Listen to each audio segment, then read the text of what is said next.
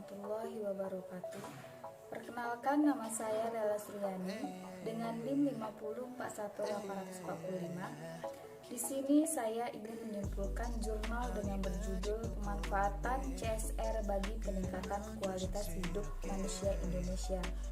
Pemahaman tentang CSR. CSR ini merupakan suatu konsep bahwa organisasi, khususnya perusahaan, memiliki tanggung jawab terhadap konsumen, karyawan, pemegang saham, dan lain sebagainya. Adapun beberapa CSR memang telah berpijak pada prinsip ini, umumnya berupa penghijauan, penyediaan air bersih, perbaikan pemukiman, pengembangan pariwisata. Selain itu, ketiga prinsip tersebut, Soeharto pernah menambahkan prinsip prosedur.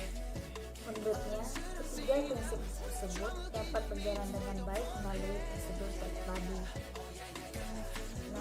Dapat dimaklumi bahwa prinsip tersebut tidak hanya terkait perizinan saja, tetapi juga dalam pelaksanaan komitmen perusahaan yang ditunjukkan untuk kehidupan orang banyak.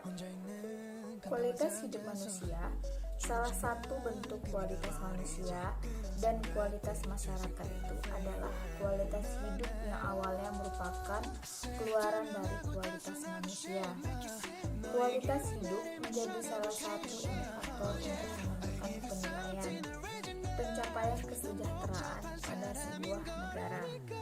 Hal ini dapat dilihat secara real dengan adanya peningkatan penghasilan, kualitas perumahan, kesehatan yang baik, pendidikan semua warga negara, dan lain sebagainya.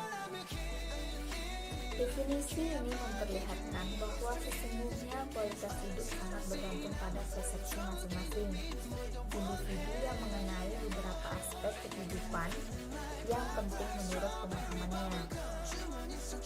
Berbeda dengan makhluk hidup lainnya, manusia sebagai makhluk berbudaya tidak cukup hanya sekedar hidup secara hayati.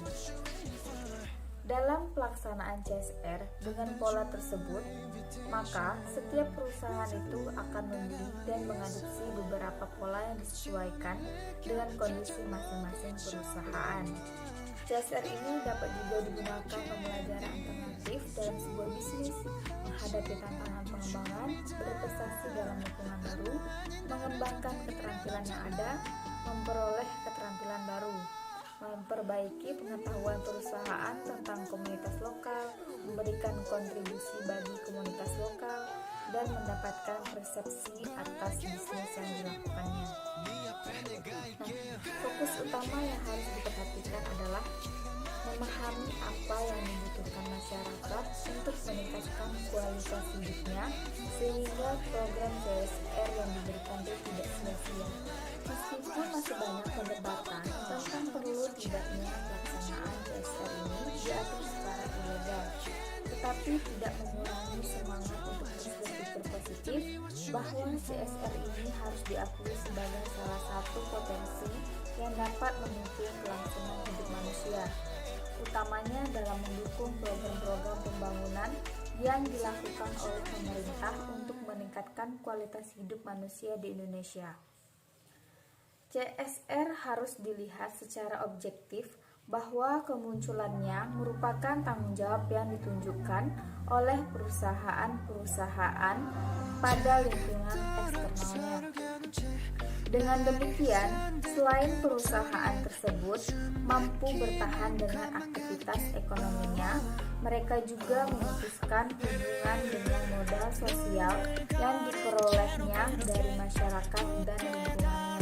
Ada satu pelajaran yang dapat diambil dari pemanfaatan CSR bagi peningkatan kualitas hidup manusia, yaitu adanya penekanan pada aspek kesukarelaan dan altruisme perusahaan dalam melakukan aktivitas CSR-nya, sehingga mampu memelihara eksistensi perusahaan dan tanggung